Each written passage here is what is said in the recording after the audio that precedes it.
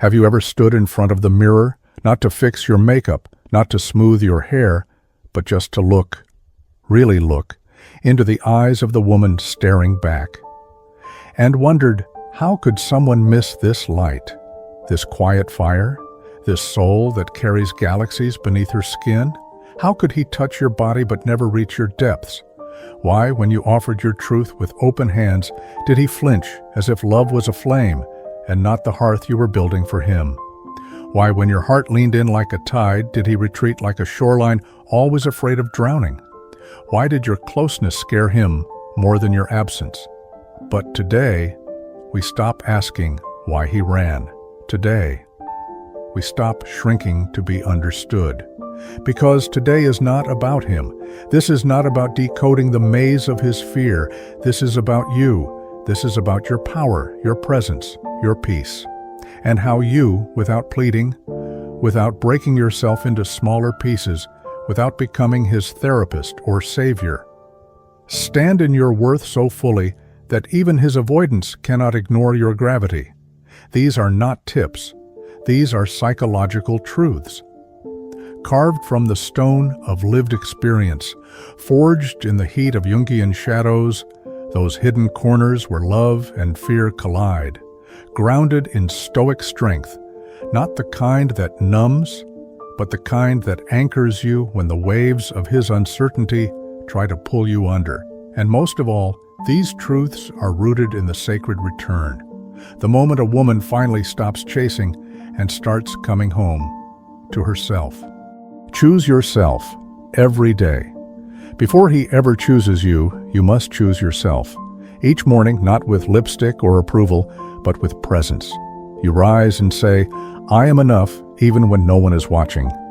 This is the first step of true individuation, to no longer be a reflection in someone else's eyes, but to become the firelight in your own soul. He withdraws not because of you, but because your self-assurance threatens the fortress of his shadow. When you choose yourself, you do not chase.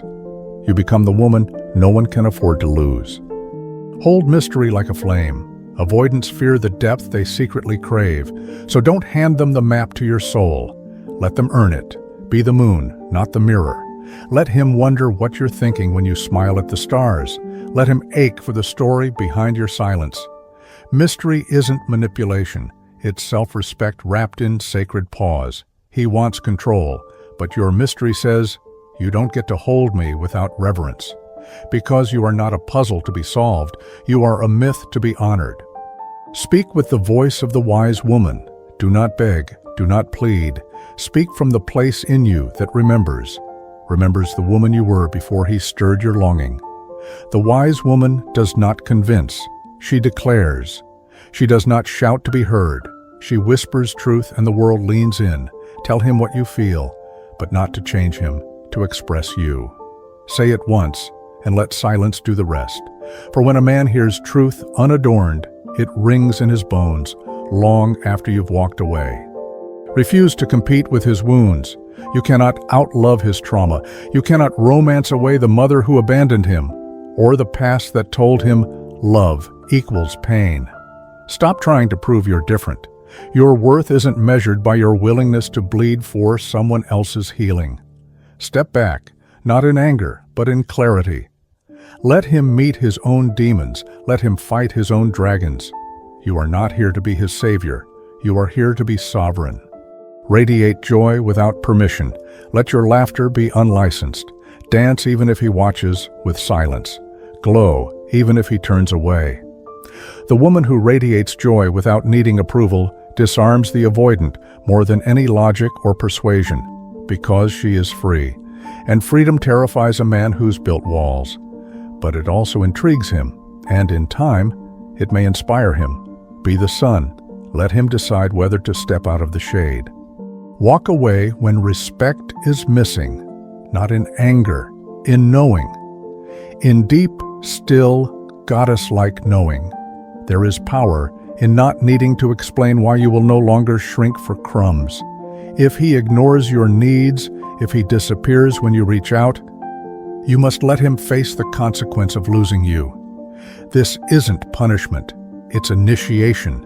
For both of you, he may awaken or not, but you will have reclaimed your crown. Stop proving you're good enough. You are not a trial to be passed. You are not an audition for a role in his emotional theater. Stop performing. Start being. The moment you cease proving, you step into the archetype of the queen. Calm, centered, complete. He may test your worth with coldness or confusion, but when you remain unmoved, when your soul says, "I know who I am," you become untouchable, and suddenly, he sees you. Become the woman you were before you needed him. Remember her, the wild one, the fierce one, the one who wrote poems to the moon and trusted her own madness. Return to her, not in rebellion, but in reverence.